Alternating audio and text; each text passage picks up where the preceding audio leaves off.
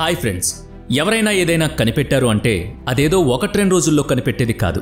దానికోసం కొన్ని నెలలు పట్టొచ్చు, కొన్నేళ్లు పట్టొచ్చు. దానికై ఎంతో ఓర్పు, తెలివి, పట్టుదల కావాలి. అప్పుడే కొత్త వస్తువులను కనిపెట్టగలరు. గతంలో ఇలా ఫెయిల్ అయిన ప్రతిసారి మళ్లీ ప్రయత్నిస్తూ ఎన్నో కొత్త వాటిని కనిపెట్టారు మన సైంటిస్టులు. అసలింతకీ ఒక కొత్త వస్తువు కనిపెట్టాలనే ఆలోచన వాళ్లల్లో ఎలా వచ్చిందంటారు? అయితే నేనంటాను, అవసరం అన్నీ నేర్పిస్తుందని. అవసరమైతే కొత్త వస్తువులను కనిపెట్టేలా చేస్తుందని. నిజంగా మనిషికి తన జీవితంలో ఎప్పుడు ఎలాంటి అవసరం పడుతుందో తెలియదు. అలాంటి సమయాల్లో కొత్త వస్తువులను కనిపెట్టే ఆలోచన చేస్తుంటారు. అంతేకాదు, ఇప్పటి వరకు కనిపెట్టినవన్నీ మనిషి ప్రకృతిని చూసే తయారు చేశాడు. ఫర్ ఎగ్జాంపుల్, ఆకాశంలో ఎగురుతున్న పక్షులను చూసి మనమెందుకు ఆకాశంలో ఎగరలేకపోతున్నామనుకున్నాడు. ఈ ఆలోచన మెదడులోకి ఎలా వచ్చిందో లేదో ప్రయోగాలు చేయడంలో మునిగిపోయాడు. అదే విమానం లేదా హెలికాప్టర్ కనిపెట్టడానికి నాంది అయింది. ముఖ్యంగా విమానం కనిపెట్టిన రైట్ బ్రదర్స్ కంటే ముందు ఎంతోమంది విమానాన్ని తయారు చేయాలని చూశారు, కానీ సఫలం కాలేదు. తర్వాత రైట్ బ్రదర్స్ 1905లో విమానాన్ని తయారు చేసి సక్సెస్ అయ్యారు. అసలు హెలికాప్టర్ అనేది ఎప్పుడు కనిపెట్టారో చూద్దాం. హెలికాప్టర్ అంటే గాల్లో ఎగిరే విమానం వంటి వాహనం. మామూలు విమానంలా కాకుండా దీనికి తలపై 2 లేదా 4 రెక్కలుంటాయి. ఇవి వేగంగా తిరుగుతున్నప్పుడు హెలికాప్టర్ నిట్ట నిలువుగా పైకి లేస్తుంది. గాలిలో అలా డేగలాగా కొంతసేపు కూడా అది ఉండగలదు. ముందుకు వెనుకకు కూడా పోగలదు. ఇది దిగడానికి ఎటువంటి రన్వే అవసరం లేదు. జస్ట్ హెలిప్యాడ్ ఉంటే సరిపోతుంది. సరే, అసలు ఈ హెలికాప్టర్ తయారు చేయాలనే ఆలోచన ఎలా వచ్చిందో చూద్దాం. మీరెప్పుడైనా పరిశీలించారో లేదో, చిన్నపిల్లలు ఆరు బయట ఆటలాడేటప్పుడు 2 రెక్కలుండే ఒక ఆట బొమ్మను గిరాగిరా తిప్పి గాల్లోకి వదులుతుంటారు. దాన్నే వాళ్ళు రాకెట్ అంటూ ఉంటారు. అచ్చం అలాగే హెలికాప్టర్ కూడా ఉంటుంది. చిత్రకారుడు, సైంటిస్ట్, డిజైనర్, ఆస్ట్రోనమీ అయిన లినార్డో ద విన్స్ మొట్టమొదటిసారి గాల్లో ఎగిరే వాహనాన్ని డిజైన్ చేశాడు. ఆకాశంలో ఎగురుతున్న పక్షులను చూసి అలా మనిషి కూడా ఎగరగలడు అని చెబుతూ ఒక డిజైన్ని రూపొందించాడు. జస్ట్ రూపొందించడమే కాదు, దాన్ని ఎలా తయారు చేయాలి, ఎలా తయారు చేస్తే అది ఎగరగలదు అనే దానిపై కొంత వివరణ కూడా ఇచ్చాడు. దీనిపై కొంతకాలం ప్రయోగాలు జరిగాయి, కానీ ఫలితం దక్కలేదు. ఆ తర్వాత లొనాయ్ మరియు బిన్వెన్ అనే సైంటిస్టులు హెలికాప్టర్ డిజైన్లో మార్పులు చేసి ఇంకాస్త ముందుకు తీసుకువెళ్లారు. అది గాల్లో ఎలా ఎగురుతుందోనన్న విషయాన్ని కూడా తెలియజేశారు. ఆ కాలంలో హెలికాప్టర్ గాల్లోకి వెళ్లి ఎగిరేందుకు స్టీమ్ ఇంజన్ను ఉపయోగించారు. వీరి తర్వాత జాక్స్ మరియు లూయిస్ అనే మరో 2 సైంటిస్టుల మనస్సు హెలికాప్టర్ తయారీలో ఉపయోగించే వస్తువులపై పడింది. ఫ్రాన్స్కు చెందిన వీళ్ళిద్దరూ కొన్ని రోజుల పాటు కష్టపడి చివరకు ఒక గాల్లో ఎగిరే వాహనాన్ని తయారు చేశారు. ఇది అంతకుముందు వాటికంటే కాస్త బెటర్.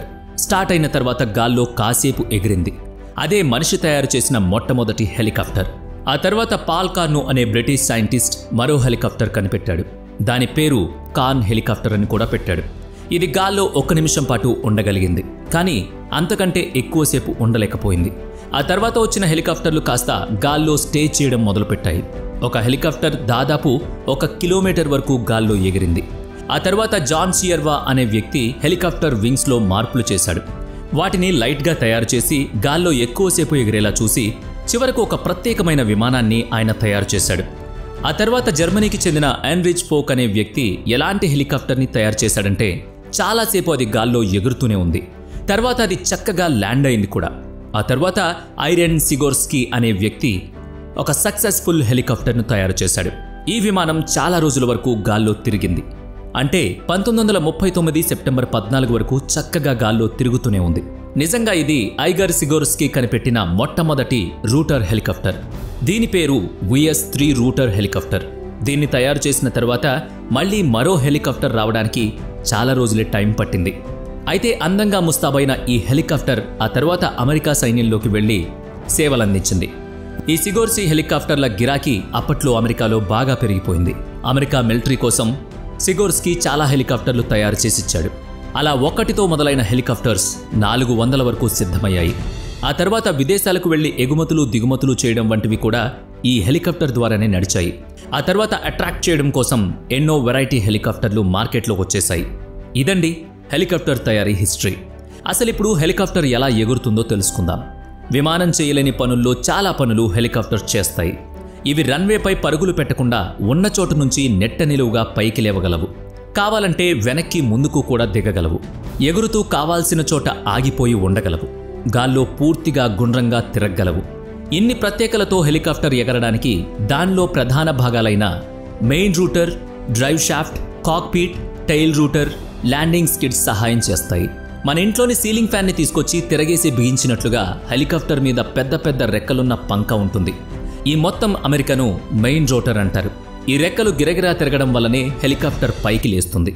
అంత బరువైన హెలికాప్టర్ను పైకి లేపేటంత లిఫ్ట్ అంటే బలం ఏర్పడేలా రెక్కలను వేగంగా తిప్పడానికి ప్రత్యేకమైన ఇంజిన్ ఈ హెలికాప్టర్లో ఉంటుంది. పంక రెక్కలు హెలికాప్టర్ చుట్టూ ఉండే గాలిని కిందకు నెడతాయి. ఇది చర్య అనుకుంటే ప్రతిచర్యగా హెలికాప్టర్ పైకి లేస్తుందన్నమాట. ఎన్ని సదుపాయాలున్న హెలికాప్టర్ను మొదటిసారి ఐగర్ సిగోర్స్కీనే కనిపెట్టాడు. ఇదే ఇప్పటికీ నడుస్తుంది. ఈ వీడియో మీకు నచ్చినట్లయితే లైక్ చేయండి, షేర్ చేయండి. ఇప్పటి వరకు మన ఛానల్ని సబ్స్క్రైబ్ చేసుకున్నట్లయితే ఇప్పుడే సబ్స్క్రైబ్ చేసుకుని పక్కనే ఉన్న బెల్ ఐకాన్పై క్లిక్ చేయండి. నెక్స్ట్ వీడియోలో మళ్ళీ కలుద్దాం. Thanks for watching.